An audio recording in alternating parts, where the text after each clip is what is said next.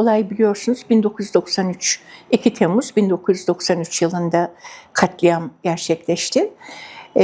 Bu tarih, bugünkü tarih 33. yılındayız, katliamın 33. yıl dönümündeyiz. Biz hemen Sivas'ta canlarının yitirilmesinden sonra hukukçular olarak bu olayın tarafı olmak, bu olayda zarar görenlerin yanında olmak isteği duyduk. 2 dava, 3 dava açılmıştı. Bunu da işaret etmeliyim aslında nasıl bir bakış açısı vardı diye.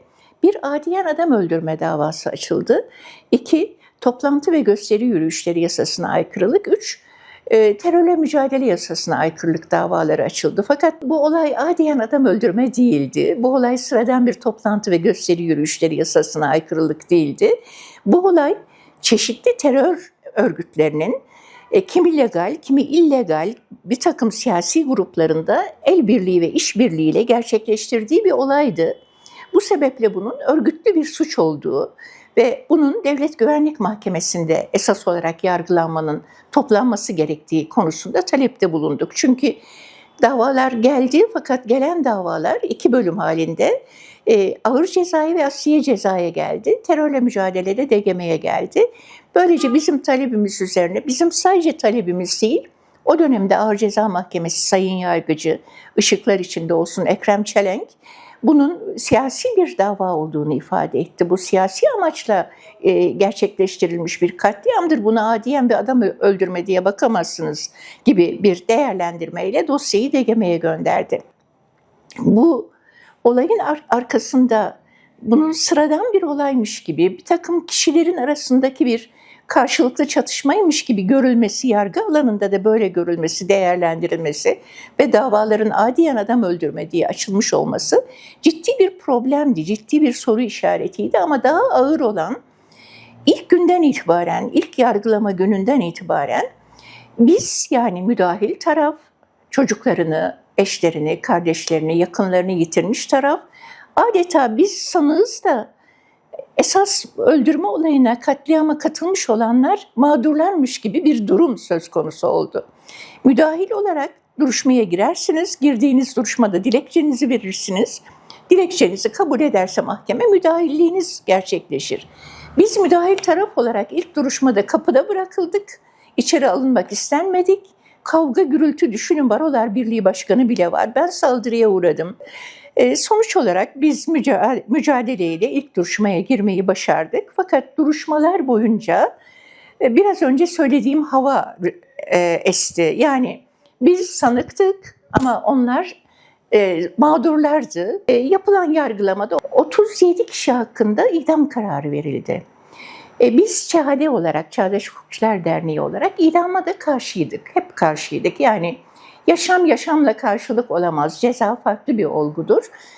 Biz bunu isteyen bir taraftık. Fakat şöyle bir gelişme oldu. Bu insanlar 37 kişi hakkında ilk idam varken 33 kişinin idam cezası onaylandı. Diğer 4 kişiyle ilgili yaş küçüklüğü gibi indirimler oldu. Diğer insanlar o toplantı ve gösteri yürüyüşleri yasasına aykırılıktan da ceza alanlar oldu. Onlara da 3'er yıl ceza verildi. Bazıları beraat etti, beraat kararları da çıktı. Yargılama sırasında düşünün, adam öldürme suçuyla o gün için yargılanıyorlar. Bunların önemli bir kısmı tahliye edildi. Sonra idam cezası almaları gerekir diye Yargıtay bozdu, dosya döndü. Buna rağmen bunların tutuklu olarak ifadelerin alınması konusunda bir karar çıkmadı. Çıkmış ve tahliye olmuş olanların. Böylece 33 insan da cezaevine de kalmış olmadılar. Yani cezanın infazı konusunda önemli bir bölümü cezaları kesinleşmiş olmasına rağmen yurt dışındaydılar. Bir kısmı hiç yakalanmadı ve gelip ifade sorulamadığı için Yargıtay'a karşı ne söylemeleri gerektiği sorulamadığı için onların cezaları kesinleşmemiş oldu zaten. Onları tefrik edildi ve biz tefrik edilenler yönünden ki mesela bunlardan biri Cafer Erçakmak, Aziz Nesin otelden sağ kurtulanlardan fakat bir yangın merdiveni kuruluyor.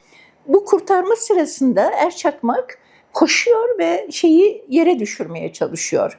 Öyle görüyoruz yani hem otele ateş açanlardan hem de Aziz Nesin'in kurtulmasını da engellemeye çalışan. Fakat bu hiç yakalanmamıştı zaten Erçakmak. Erçakmak'ın yurt dışında olduğu söyleniyordu. Yurt dışında diye biz onun yurt dışında olduğu bilgisine sahipken ve yurt dışından aramalarını yaparken Sivas'ta öldüğü haberi geldi. Gazetelerde yer aldı.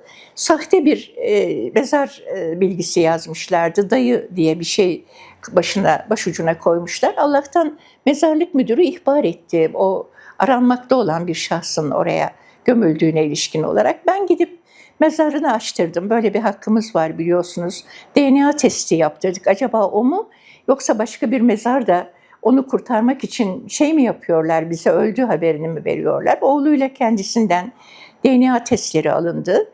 DNA sonucunu almamız bile o kadar uzun sürdü ki karısının DNA'sıyla karşılaştırmak istediler. Böyle bir şey olamaz yani. Bütün bu süreçlerden sonra o şahısların 6'sından 2 kişi vefat etti. Biri Erçakmak, işte demin söyledim. Diğer 4 sanık hakkında da zaman aşımından dava düşürüldü. 30 yıla neler sığmaz. Bizim mücadelemizde insanlığa karşı suçla Türk Ceza Kanunu'na, yeni düzenlenen Türk Ceza Kanunu'na girmişti ve biz şunu iddia ettik, dedik ki zaman aşımından düşürmeyiniz. Neden? Çünkü bu insanlığa karşı işlenmiş bir suçtur.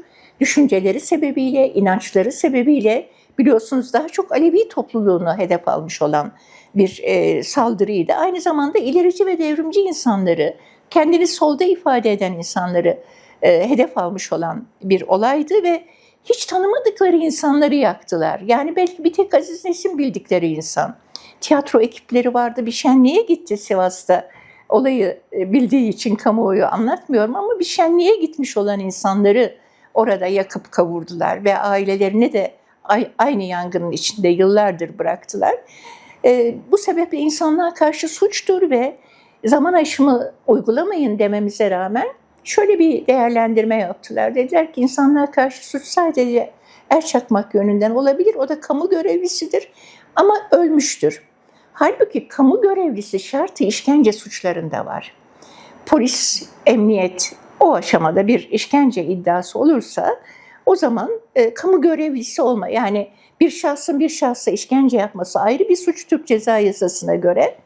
O da doğru bir değerlendirme değil, yani yaptıkları değerlendirmedi ama biz o kadarını bile kabul ettiler gibi bir bakış açısıyla da yaklaştık. Ne var ki o cezada, yani o kararda zaman aşımından düşme de sonuçta onaylandı. Bütün bu süreç daha sonra karşılaşacağımız toplumsal davalarda ya da toplumsal davalardan önce saldırılarda, katliamlarda cezasızlık olgusu, sonuçta böyle bakmak gerekiyor. O cezasızlık olgusu bu tür insanları, bu tür saldırganlığı, bu tür saldırganlık etrafında örgütlenen grupları hep teşvik etti. Nasılsa kurtuluyoruz, nasılsa herhangi bir ceza ile karşılaşmıyoruz. Ama tarih bunları yazıyor. Yani tarih bu katliamları yazıyor. Bu katliamları görmeyenleri, bu katliamları gerektiği gibi cezalandırmayanları da yazıyor. Ama biz insanlık olarak zarar görüyoruz. İnsanlık zarar görüyor. Bu suçların engellenmesi, bu suçların herhangi bir biçimde yenilenmemesi, yinelenmemesi için iktidarların çaba göstermeleri, yargı kurumlarının çaba göstermeleri, hukukçuların bu tür davalarda canı gönülden kendilerini siper ederek mücadele etmeleri mutlaka bir yol açacaktır. İnsanlığın önünü açacaktır diye düşünüyoruz. Buna güveniyoruz. Yani ben evet, bu insanlığa karşı bir suç işlenen Sivas katliamı, ama bu katliamla mücadele edilirken, hukuk mücadelesi verilirken gördüğüm bir tabloyu da size iletmek isterim, anlatmak isterim.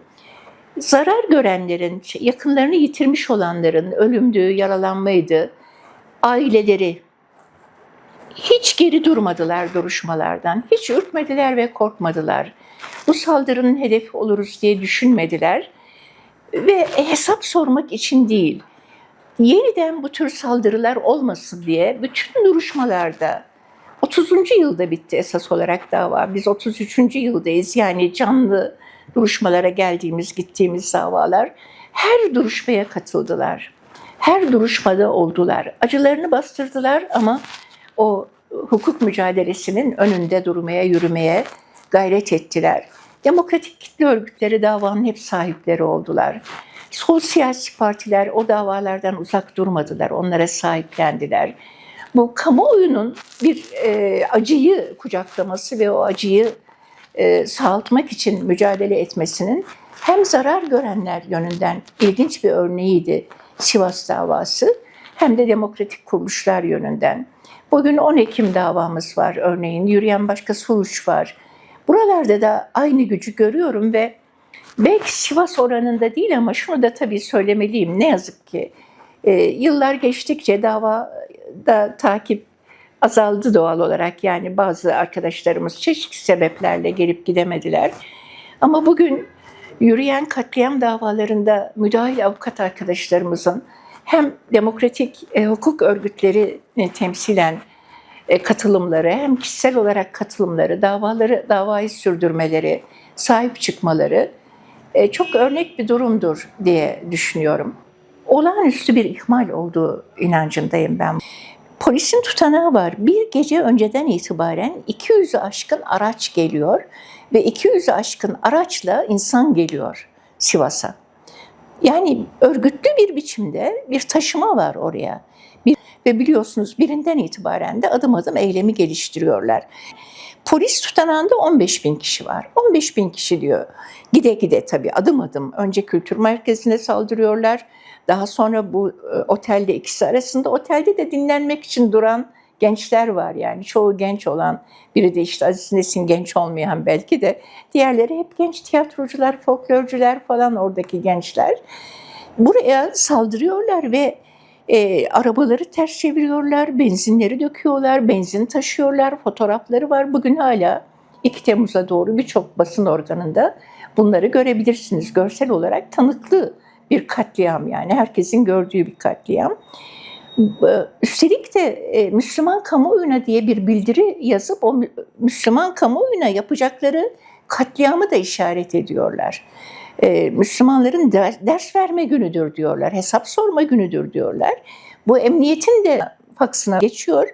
Birçok iş yerinde de ve birçok resmi veya sivil iş yerlerinde de bu şeyi olanlar dağıtıyorlar bir de bunları kapı altlarından. Yani bağıra bağıra geliyor. Katliam bağıra bağıra geliyor, bir önlem alınmıyor. Şimdi bu büyük bir soru işareti olarak bugün duruyor. Daha sonra dava sürecini kabaca anlatmaya çalıştım size. Benim yaşamımın da 33 yılıdır. Birçok insanın yaşamının da 33 yılıdır ve ben bir avukat olarak bu davanın içinde bulundum. O acıların elbette çok yakınındayım ama o acıları çeken anneleri, babaları, aileleri düşünün. Tek çabaları bunların cezalandırılması ki yeniden olmasın isteğinde olanlar. Bu konuda yeterli bir çaba gösterilmedi. İlk 200 kişi falan gözaltına alınan, onlar da çoğu Sivas'ta olanlar. Demin söylediğim o 200 araba tekrar olaydan sonra çekip gidiyorlar. O sanıkların 15 bin kişinin yapabildiğimiz fotoğraflarını çoğalttık, emniyete verdik.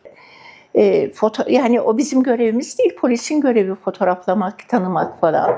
Ama ne yazık ki çok sınırlı kaldı. Anayasa Mahkemesi bizim davamızı orada bekletirken bu tarafta sanıkların, içeride olanların hepsini salıverdiler. Ve onlara karşı da itirazlar yaptık bunu. 2014'ten bu yana Anayasa Mahkemesi'nde davamız devam ediyor ve bu davayla ilgili 12 yıl geçti. 2 ay önce avukat arkadaşımız Cem Yılmaz'la birlikte bir dilekçe vererek ne zaman sonuçlanacağı konusunda, bu işin hukuki süreci aştığı ve uzayan yargılamaya dönüştüğü, adil bir sonuç verilmesinin artık en azından zaman yönünden olanaksız olduğunu ifade eden dilekçelerimizi verdik.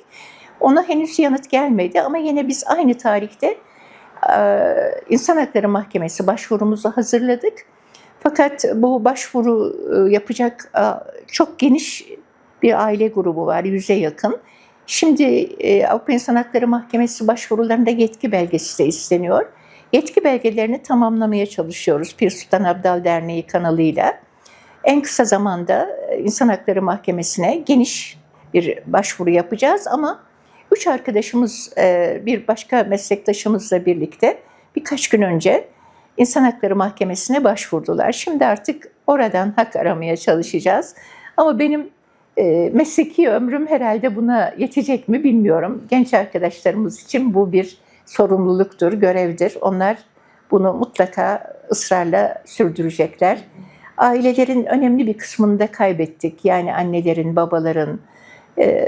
O tarihlerde işte her zaman yaş sınırı değildir ama 40'ında 50'sinde olanlar 80'ine 85'ine kadar ilerlemiş oldular.